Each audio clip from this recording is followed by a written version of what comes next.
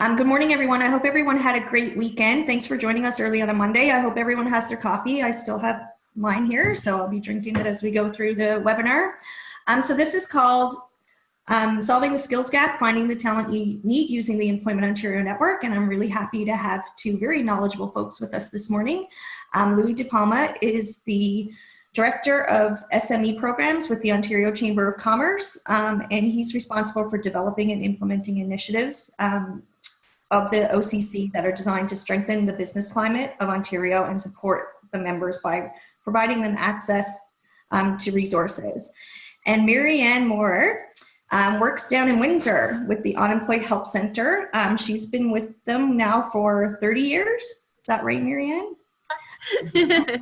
30 years plus. And she really is an expert in everything EO, and you'll get a lot of great information from her today.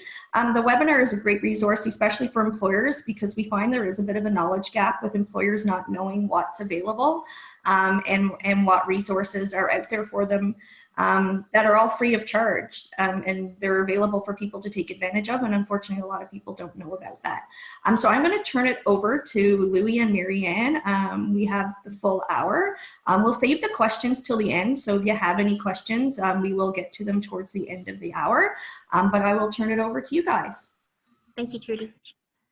Thank you very much, Trudy. So let's start today. Just Marianne, we're going to have a bit of a dialogue today about how the Employment Ontario and specifically the Unemployed Help Center, helps employers and helps job seekers connect with each other so that we can, get that talent in the right place so it makes sense for businesses and it also makes sense for the job seekers. So can you start off maybe by just telling us a little bit about the Unemployed Health Center and some of the things that you focus on? Sure, absolutely. Thank you. Well, the Unemployed Help Center has been around for 42 years. We started in 1977 as a little storefront operation. Now our facility is well over 25,000 square feet, all on one floor, and every service that we offer is available under one roof, which is really nice. We are a hub of hope for everyone. That's what's really important. We have basic needs. For example, we have a food bank, which has now been transformed into a food pantry, as we saw that in order to stay up, be more modern with food banks, we have our clients come in and they choose their own food. So they're only going to choose what they like. And it's like, it gives them the feeling of going grocery shopping and they shop with a volunteer. Really, it's a good way of having a client come in. And we have fresh vegetables through our Plentiful Harvest Food Rescue Program. We've rescued over 17 million pounds of food since 2012, food that would have gone to landfill. We also have Keep the Heat, which is an energy support program. We have a 1.6 acre community garden right on site as well. We are a hub. We are also a satellite for the Greater Essex County District School Board, where we, in our community kitchen, where we have a chef teacher on site. We also prepare approximately 900 meals a week for the Meals on Wheels program. We have newcomer programs, computer training, hospitality training, language instruction for newcomers. We have another cooking program for youth. We have, in the summer, we have computers for youth and a conversation circle. So there's a lot going on. And one of our more recent programs is we even have a bus. We have a Shuttling for Success, a 20-seat bus where we have a driver that actually goes out and picks up our clients and brings them to class and brings them home again, which is really, really good. Those are just some of the other programs above and beyond Employment Ontario. We have a full suite of Employment Ontario programs. We have, when a person walks in the front door, the first thing they do is they see the Resource Center. It's the center. It's staffed by a coordinator. We have a pre-apprenticeship program for cooks. And we also do the Second Career program. We do all the youth programming, Youth Job Connection Summer, Youth Job Link. We have on-site literacy and basic skills. And affectionately my favorite, the Canada-Ontario Job Grant. So I guess the next question would be what can Employment Ontario service providers, what can they do to help employers? And there's a lot that we can do that maybe employers don't tap into, and I'm going to give you some examples. We have skilled employment counselors and job developers. We meet with clients. They use their expertise and their relationship with employers to see what the employer is really looking for. For example, if an employer would have received a resume and they look at it and they say this person doesn't have the exact same skills we're looking for, there may be transferable skills that the employment counselor or the job developer is confident that they believe would be a good fit for this employer. So they may have just put that resume aside if they didn't see the exact fit, but that's where we come in. We get to know our clients, and we wouldn't refer somebody unless we believed in them and believed that they could do the work. And these soft skills, they go a long way. These transferable and these soft skills go a long way. And another thing we offer to employers is we hold job fairs. We help them with job fairs here, whether in our resource center or at their site. We assist them, and it's really proven to be helpful as well. Okay, so Marianne, can I just start on the job seeker side for a second? Sure. So just walk me through, I'm a job seeker. I haven't availed myself of your services. I walk through the front door. What's the first thing that happens with me? Just walk me through that process. Absolutely. Well, first of all, you're going to be served. You're going to be seen right there and then. You're not going to have to wait for an appointment. We welcome walk-ins. In fact, we have a sign on our front lawn that says walk-ins are welcome. Come in, we're here to help. So anybody can just walk right in. They'll meet with an employment counselor immediately. And and sometimes they're not even ready for it because they don't have like a resume with them. We say, go in our resource center, print one out. Let's see what we can do to help. From there, they develop a plan of action. Where do you want to go? What do you want to do? What kind of work are you looking for? And they work closely. They set up a return to work action plan to help them. They take it into account, childcare. What is their present income? Is there, do they have a bus pass? Are they on Ontario Works? What can we do to assist with that? We help them with essential skills training.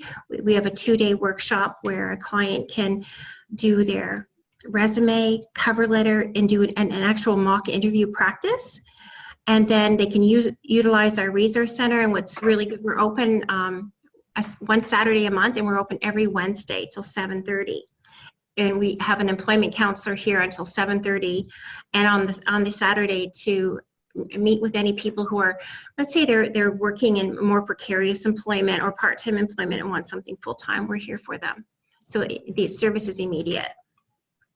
Okay, so with the job seeker, basically then, whether it's a scheduled appointment or an unscheduled appointment, you're really trying to understand what my needs are and what my employment goals are, and then you try and assess me as to whether there's some programs that are available either within your own organization, or do you refer out to other organizations as well if there's some programs that you don't actually give yourself, but you're in the assessment process, you decide, you figure out that there is that additional need. How do you handle that?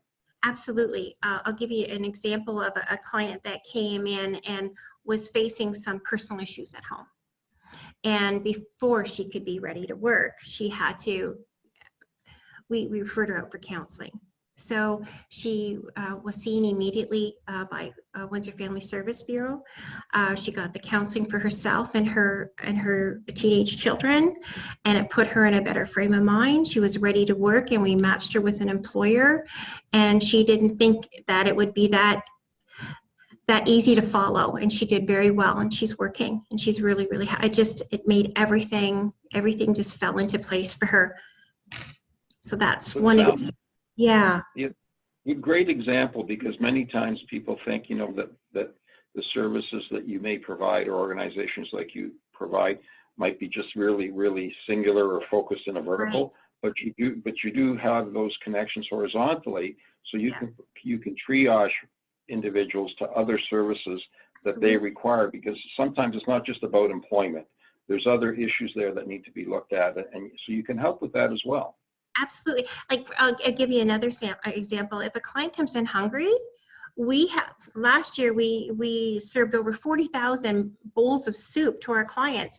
Homemade soup is made fresh daily. A client can come in and have their lunch, as well as if they're hungry, they can go right to the food bank, get some food, go home feeling okay, this is okay, I'm doing all right. We advocate for our clients, whether it be through finding counseling, how we refer them out to housing, legal assistance. Yes, that's a big part of it, because they have to take care of those basic needs first before they can move forward. Yeah, you mentioned during one, a little bit when you were describing the organization, you mentioned about that you help with soft skills. Can you just explain a little bit about the soft skills? Because I know when I talk to employers, that seems to be extremely important to them these days, is that whole soft skills issue. So can you just explain how you help the client with the soft skills? Sure, absolutely. We have, like, let's say, for example, in our youth job connection, this is for the youth, we do a pre-employment, 60 hours of pre-employment over 2 weeks. This teaches them, we talk about even motivation, getting up every morning, goal setting, all those skills that, using like common sense problem solving, decision making, what would you do if? So these soft skills that are so transferable that every single employer is looking for something like that. And then with that, let's say for with the youth job connection, when the client is placed, we even have a job coach to work alongside with them. I had an example of an individual who had never really worked and was sorting clothing, okay, at a resale. So he, feeling frustrated, not sure if he's doing, the job coach worked right alongside him and told him how to place him, of course, with the employer support, and that really proved to be very successful. The individual may have given up, may have walked out and said, I can't do this, but with a job coach there, just further reinforcing and making you feel, okay, I'm learning new skills. And how, go ahead. Go ahead. Well, just those soft skills are, there's something that you can learn, you can improve on, and it's really, they do exercises, it gives them a chance to really think about, what the employer is looking for, rather than putting them right into a job, and if something goes wrong, they wouldn't know what to do. So with this, it helps them. How long will that job coach assist? Is However, there a limited time frame, or? No. And it could go on to another job too. Let's say an individual lost the job, the job coach will advocate for them as well, between the employment counselor and the job coach and the job developer. They'll all work to help, and we always help somebody, no matter how long it takes. Okay, now can I switch gears a little bit? You mentioned about the second career program. Yes. Can you just explain to me what that means, or how does that work? Okay, that's for somebody who's been laid off, or and looking to do something different. There's a whole series of, there's an eligibility matrix, and they have to do some research on what they want to take in post-secondary, and then we assist them with filling out the application, making sure this is the right new second career for them, and that it's achievable. And we fill out the app with them. There's a lot of research. They have to research the NOC codes. They have to have a job search. It's a process, but we take them from start to finish with them. And our staff is very, very, very skilled at doing second career applications. They've done very, very well with them, and they enjoy them. It's a good thing, really good. So now I got a really good understanding of what you do with the client. I think I got a good background on that. So now I'm going to pretend I'm an employer. Okay. So I'm one of the businesses in the area, And, you know, I haven't availed myself of your service in our Employment Ontario service in the past. And I call you. I say, you know, good morning, I'm an employer. I'm just trying to understand, how does your system work and how do I fit into that system as an employer? What would you tell me? Okay, well, the first thing I would do is have you talk to one of our staff and say, okay, what is it that you're looking for? Have you utilized any of our services before? And we, like for example, if it was Canada Ontario Job Grant, the first thing I would do is go out and meet with them. I want to go right on site, take a look at their facility, and just to get an idea of who they are and what they're about. And what's happened with the Canada Ontario Job Grant, it goes one step further, because they may be interested in training their employees or new hires, but then they may have job openings. And that's where we can do the dual thing. We can utilize our Employment Ontario, our employment services to fill those gaps. So, okay, back on track. So employer calls, what are you looking for? We write up a job opportunity, a job posting. We share it with the staff. We ask what they're looking for as far as individuals. What's the best way to do it? We'll present you with resumes, pre-screened candidates, which is really important. So if an employer were just to post on, let's say on a website, they don't, the resumes, they may get hundreds of resumes for a few positions. With us, we're going to ensure that who we're giving you is going to be a good fit as best as we can. Help me? Yeah, will you help me with that job posting? Because I'm a small to medium sized enterprise. You know, I'm doing 17 things as the president of the company. I don't have HR, so I'm really looking for someone to help me with this hiring process. Absolutely. We can, we'll write the job opportunity, have you look at it, make sure it meets your criteria, add to it.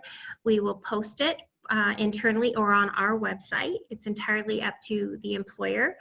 Also, we will offer our site here if they want to come in and do interviews, if it's easier for them to come here or have the individual go there. We would offer a job fair in our resource center or at their site, or even at a community center, wherever they want to do it. We will post it, advertise it, and then we will get the resumes for the employer, have them look at it, and then through Employment Ontario, we can even offer the job matching placement incentive, which is going to help offset the training that the individual is going to need. So monetary, like funding to help them with that. It could be a 2-week job trial. It could go into a longer placement, depending on, it's not cookie cutter. It's got to be the good match from the candidate to the employer. We want to make sure that they're going to get the training and promote job retention with that employee. So before I ask, because I'm going to ask a little later about the actual incentives of how they work, but again, I'm putting myself in the shoes of that small business person, and this is great. You've helped me post my job, you've screened the resumes for me. Now I'm getting into the interview phase. And, you know, maybe the last 2 or 3 hires, I really didn't post a job. You know, I went out and I asked who knew somebody, you know, and it was a referral system. So maybe I'm not that comfortable with the whole interview process. Will you help me with some questions so that I understand the questions that I can ask, some questions you can't ask? You know, there's pieces of legislation out there, you know, that give guidance on this. Will you help me with that? Absolutely. Part of what we do in our EST and Employment Skills Training Program is prepare an individual, and that same can apply to employers. Absolutely. We can give them the basic, some of the questions that are more transferable skilled, and then we can ask them to do the more hands-on job skill questions that can help us come up with them. We've had it where we've even sat in with interviews with employers, just so that they're, you know, some of them, like you said, they don't have HR, just so they make sure they're asking the right questions, getting the good answers, so they have a good fit for their job, for their opening. Okay, so I'm convinced now. I want your services. You've convinced me. So now I'm thinking, okay, so, you know, and I get this question a lot too. So what other wraparound services are there? And you mentioned incentives. So maybe could you walk me through some of the incentives that are available? And I know there's a number of them. Maybe just, you know, walk me through each one just so I have a better understanding as an employer what I may or may not be able to access. Sure, absolutely. Well, the first one I'm going to talk about is through employment services called the job matching placement incentive, where we help offset the cost of training. We give the employer and I can't just say an X amount. It depends on what the client has. Like I said, it's not a cookie cutter. We can help offset the cost of training that individual. So it could be 2 weeks, it could be 4 weeks, it could be 8 weeks. It depends on the individual and what the position involves. So that's this is the original onboarding training? Yes. So it's the original onboarding training that you can help with. And we can also provide a training support to the client. So if they need specific equipment such as a uniform, work boots, safety glasses, some very training, some very quick training, for example, like a first aid or CPR, something such as that. There are training supports to help that employer get that person there, because you don't want to be the reason for not showing up is because they didn't have the work boots. We can get that to them overnight. We've got, we've done that quite often. And then there's also the Canada Ontario Job Grant. Employers, it's an employer-driven program. So it's to help the employer chooses individuals to be trained to help meet their their workforce development needs. It covers up to, there's the small employer, large employer. Small employer is 99 people or less. Large employer is 100 plus. So I'll give you an example. We were talking more of small employers. The employer ends up only paying 1/6 of the training costs of this training. Now, mind you, there's eligibility. They have to fill out an eligibility, answer questions to make sure that they have the proper workplace safety. They have insurance, etc. A CRA number. There's a lot that goes to it. But let's say the employer really wants to bring in this training, and it will further enhance their workforce. To pay 1/6 of the cost is, I have employers that cannot believe it. They just cannot believe. And then we even sit with them to fill out the application.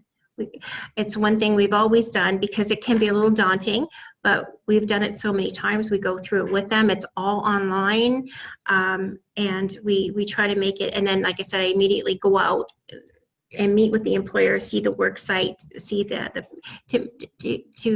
ensure it's a legitimate company too. And then we help them through that entire process. But like I said, what's happened is that they promote from within, because these staff have gotten new training, and now there's job openings. So that's where we come in again with Employment Ontario. We have those pre-screen candidates. It goes on and on and on. It's really, it's a good thing. It's a good fit. So you talked about the 1/6 that the employer would pay. Is there a limited number of weeks that training has to be taken place? And also, what would the cap be in terms of the overall expenditure? Okay, the training cannot exceed 1 year. There are other things, such as it can't be training can't be done with a business owner cannot take part, or an individual with a controlling interest. They're not eligible. We look at the NOC code of the people being trained and make sure they don't have a 00, which means senior managers. Start with a 00. It is a maximum of it'll cover a maximum of $10,000 per trainee, and small employers who are training and hiring unemployed individuals may be eligible for 100% of the funding, which is up to $15,000.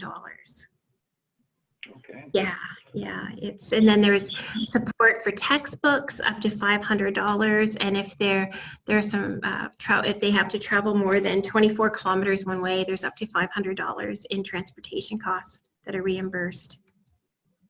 So that leads me to ask the question. So the training doesn't necessarily need to take place on my site as an employer. It can actually be off-site, and Right. I could actually pay a third-party trainer for the training with the funds that I'm receiving?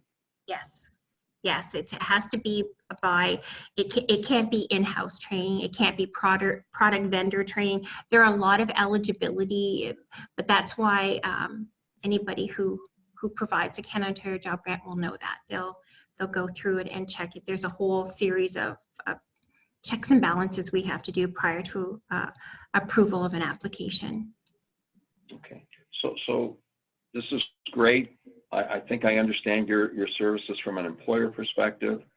I want to now avail myself of the services. I go through the process. You help me with the job ad, which is great. You give me some pre-screened applicants, which is great. You help me with some questions that so because I haven't maybe conducted so many interviews in the past, and I decide who to hire. So now I hire this person, and we go through the initial training. Everything is good, but invariably with every new employee that's hired, there's always a little bit of a speed bump there, right? Nothing's always smooth in life. There's always a bit of a bump. So do you provide some retention services, or can you refer the employer to an organization that provides retention services when that speed bump may be encountered? Well, we would go on site. We would talk. It's our client. Let's see what we can do to help. What's the problem? They may not be. They may feel more comfortable with us as far as, I'm having a hard time because I'm still struggling with transportation, or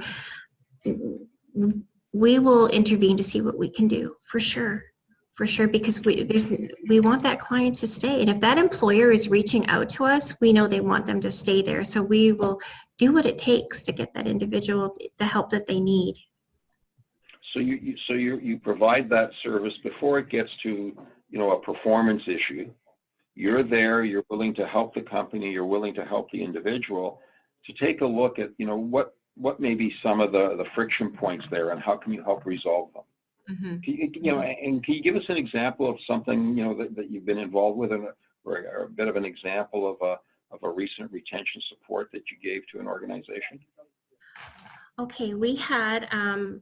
I'm going to go back to that one individual who was just not understanding the concept of learning that job. So the employer did reach out to us rather than letting them go. So that says so much about how we are, we're trusted to come in and assist. It was something that required a few days work on our part with the coach, but the coach already had the relationship. There was already that trusting relationship with the client, and the client listened to the job coach and understood and learned the job. And it was, like I said, with all the support and appreciation from the employer.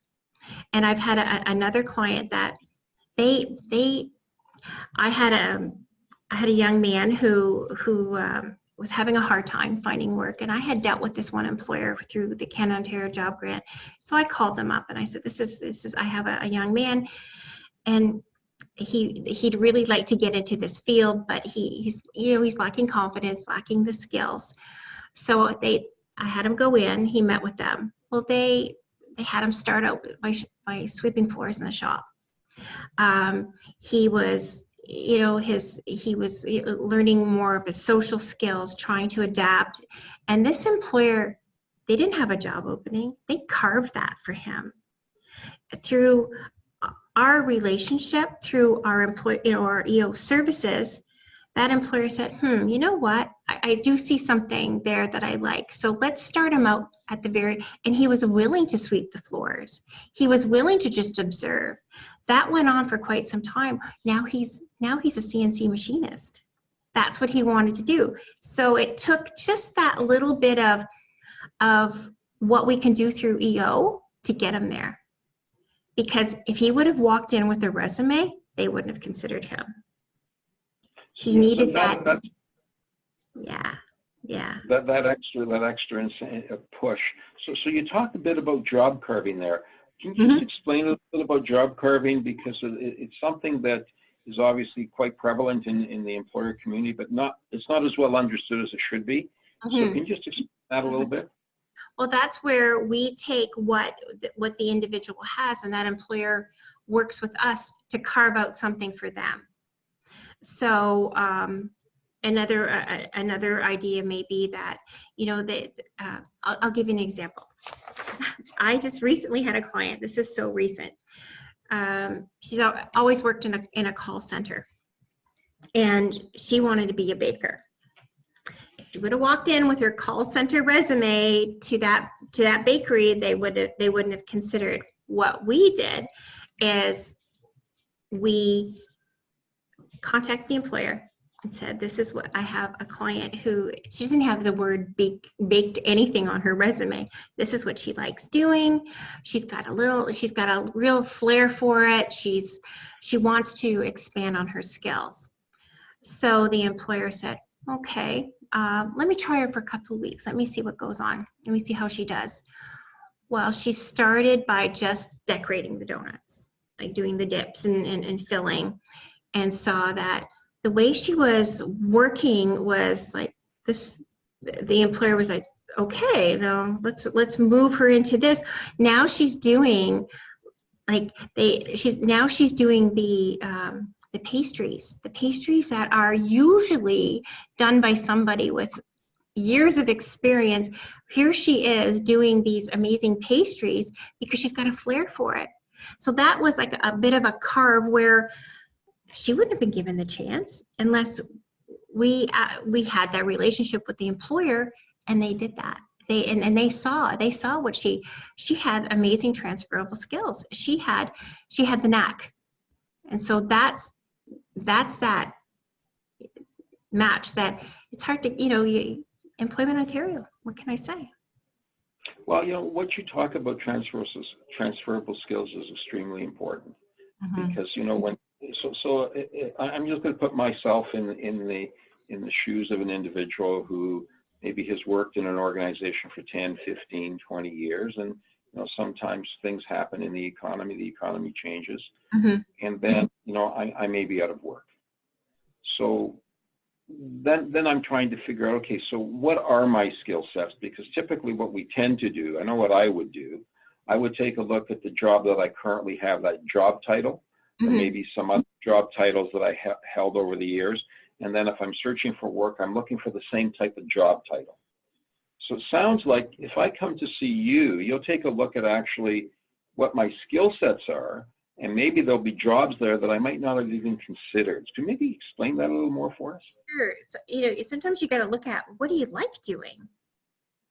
Where do you see yourself? Maybe this is where if you were laid off, maybe this is where second career can come in, and take a look at something. That's why they call it a second career. It's something different, and to have that available is it's amazing.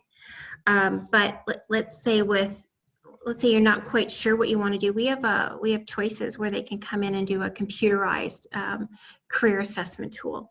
It's not going to give you all the answers, but it may give you some ideas. And then plus the expertise here with the counselors, they may say, well, have you ever tried, something like this? They give them ideas too, because this is what they know what they're doing. They know what they're doing as far as that. And it leaves you with some ideas of maybe there's something different for me. It doesn't always have to be the same thing. So that's... It makes sense to help them explore how their skills can be used in a totally different type of job function, because there are a lot of generic skills out there. And because we're, you know, we don't really see them ourselves, but it's easier when someone else is assessing us for those skill sets. Exactly. Things that we don't even know that we have, yet somebody else sees it. Okay. So what are some of the challenges? So everything I've heard, like this, if I'm a job seeker, I want to come to your organization. Okay. If I'm an employer, again, I want to come to your organization. What are some of the challenges you encounter? Let's say first on the job seeker side. Challenges, confidence, transportation,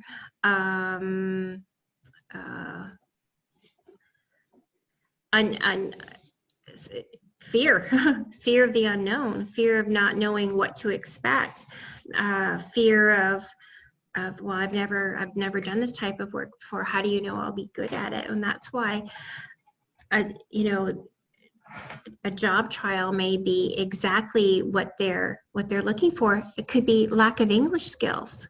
It could be that they're a newcomer and not quite sure.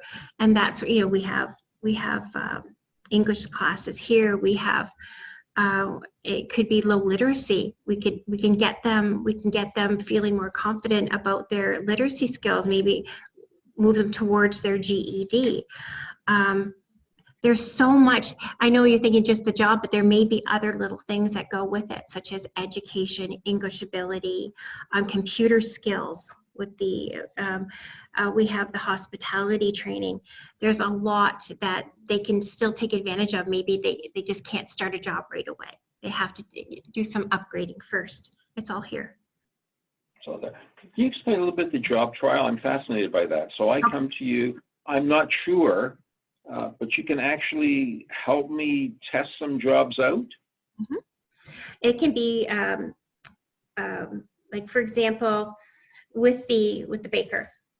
It was a 2-week job trial where just to see, did she show up on time? How did she fit into our environment? How did she like the environment?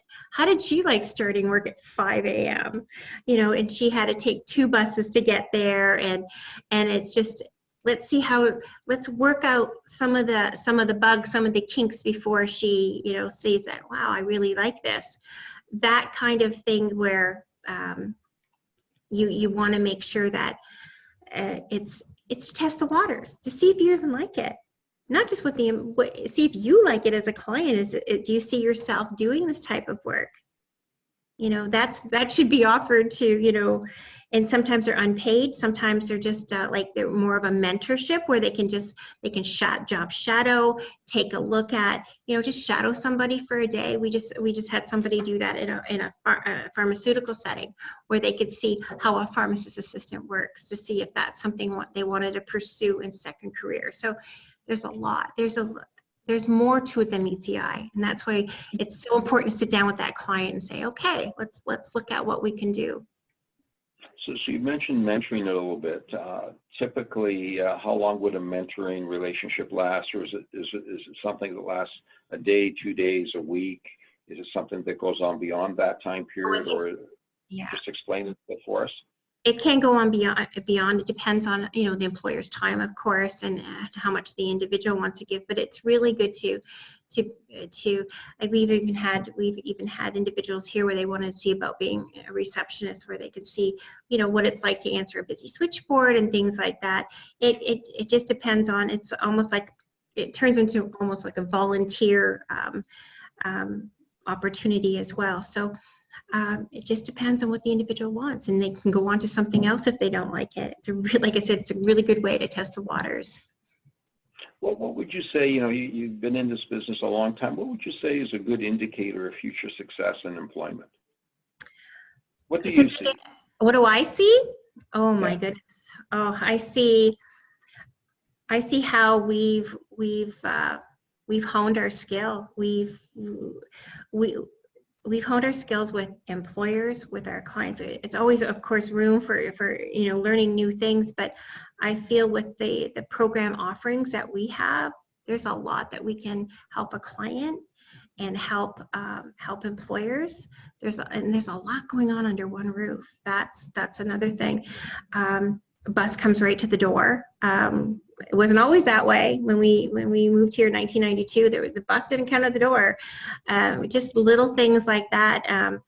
It's the whole thing. It's that hub. It's getting to know that client and answering to their needs, because there's so much that we may not know. Let's say meeting them the first time, we find out as we develop a relationship with them and foster all this all these good things to happen to them. So how do you advertise all this good work that you do? Well, if I'm a job seeker, let's start with that. I'm a job seeker. How do I find out about you? okay. So we have social media is huge. We've got social media. We have our website. If you were to Google unemployed, the first thing you're going to get is us. And we have different, the social media, word of mouth is always the biggest referral is social media. We also have, we attend meetings. We're out there. We're out in the public. Like, so many of us are on different committees. We reach out. We do presentations. We go into employers. When anybody wants us, we're there. You know, that's important to get that. And word of mouth is our biggest referral. Definitely. Same for employers as well. As that word of mouth. Employers come to you. They're Yes. satisfied with your service, and then they pass it on. Yes, we've had employers walk in the door saying, "Okay, I've heard about you. Tell me more." And yeah, and it could start with the, like I said, the Canada Ontario Job Grant, and move on from there. Yeah. Well, no. Now, is there in the Windsor area, is there any site or any tools where, if I'm an employer, I can kind of go to the site and I can punch in a service that I'm looking for, and the service may pop up for me? Yes, on our website you can search by that, and there's always a link to if you've got a question, and it goes right to the email goes directly to the individual whose department it is. So. Okay. I'd like to find out more about the Canada Ontario Job Grant. That would go to me, and so we would call that employer, right away, and start the ball rolling with that. Our website's quite interactive that way, and available in different languages too. So what other organizations would you work with? Obviously, you have a great service that you're offering there, and it's multidisciplinary in nature. Yes. Who are your kind of lateral partners out there in the community? Okay, well, we belong to our CEO is the president of the Windsor Association of Food Banks, Windsor Essex County District Food Banks Association. So that's another hub, as well as the United Way. Any services such that deal with clients with disabilities. Yes, we're part of the Windsor Essex Employment Group, which is looking as part of the Discoverability Windsor initiative. So we're working closely with that. Legal assistance, Ontario Works, Hiatus House. There are so many local Workforce Windsor Essex. We work with them closely. So there's a lot. If we don't do it, we'll find out who does. Yeah, so there's a lot of interaction there. There's a lot of referral going on. So again, if I'm a job seeker, or if I'm an employer, the fact that I come to your organization, if you don't have the service, you know who can provide me that service, and you will refer me. Absolutely. Okay, now you talked a little bit about persons with disability. Just, maybe can you tell me or give me an example of the type of work you're doing with persons with disabilities in the community? Yes, I know we're working with the new Discoverability Windsor as far as getting the website launched, and right now we are encouraging employers to take part, to post jobs for individuals with disabilities, because it's over 24% of the population has a disability. So having employers who are finding that that they have so many so many jobs and not enough people to fill those jobs, to hire somebody with a disability. This opportunity will allow an individual to post their resume and work with the employer, with an employer that's already been, who's been part of this, and that's important. Well, I have to tell you, we've just finished a survey at the Ontario Chamber of Commerce, and we issued our economic report. And what we noted in the survey is that it's over 75% of employers are telling us that, you know, one of their top considerations is finding the right talent. So clearly there's a lot of need out there to match, you know, individuals with jobs and jobs with individuals. And it sounds like that the work that you're doing in the Employment Ontario system can really help in that regard. It's a matter of getting the word out and getting people to understand what those services are. Exactly. You know, we're easy to find. You know, Like I said, there's over 300 sites across the province. Just Google Employment Ontario.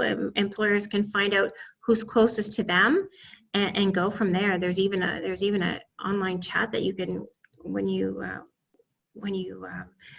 find Employment Ontario, like they'll get you with somebody who's in your area for sure. Well, Marianne, thank you very much. Unless you have anything to add, you've answered all my questions, you know, and I tried to put myself in the shoes of both a job seeker and an employer. You've answered my questions. I'm wondering, we have a little bit of time here, I see on the clock. I wonder if there's any questions from participants that perhaps they may want to ask if we didn't get to those questions. So I'll flip on the Q&A here and see if there's any questions. Maybe we can do that for the next 5 minutes or so. What do you think? I think that's great. Thank you. Okay. Okay, so right now I've just flipped on the Q&A, and right now there are no open questions at this point in time. So I think we'll give it a couple more minutes to see if there's any questions out there. Maybe then I can turn it over to Trudy if there aren't any questions, just to close the webinar. Oh, here's one. How are the non-EO programs funded? There's one that came through. Okay, so can you help us with that one? So Sure. How are they funded? Well, we're a nonprofit charitable organization, so we do a lot of fundraising. We have United Way funding. We are also funded through IRCC. We have funding through the City of Windsor for the Keep the Heat program. We have galas. We sell raffle tickets. We get volunteers. We get donations for our food bank. We have a golf tournament every year for the last 27 years to raise money for unfunded programs. We pound the pavement, to say the least. So that leads me to a question. So when you're providing these services both to the job seeker and to the employer, are there any costs to either one of those groups? No.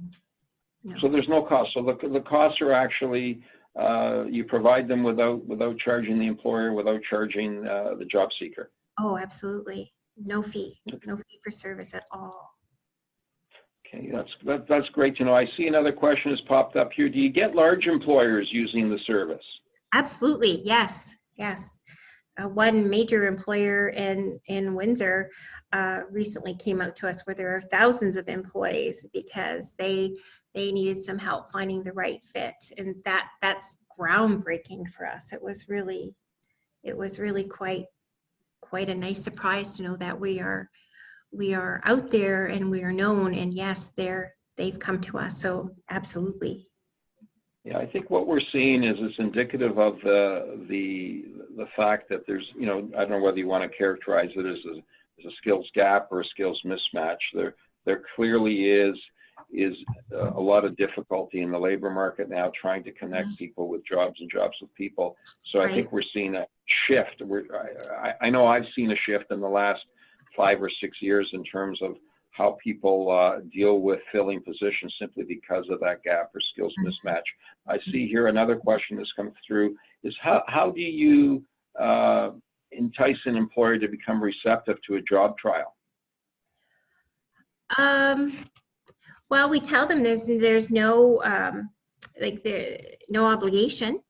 By all means, I have a candidate who's interested in this line of work. I sell their skills. I sell the client skills. They're motivated. They can get there. This is something they've really wanted to do. If they like I said, if they would have applied, they maybe wouldn't have been considered. But can we just try for 2 weeks? I'm there to help you. I'm there to back you up. I'd like you to meet with the client. I can come in with the individual and meet with you. And would you be receptive to that? We can offer you X amount of dollars over the 2 weeks just to give them a try.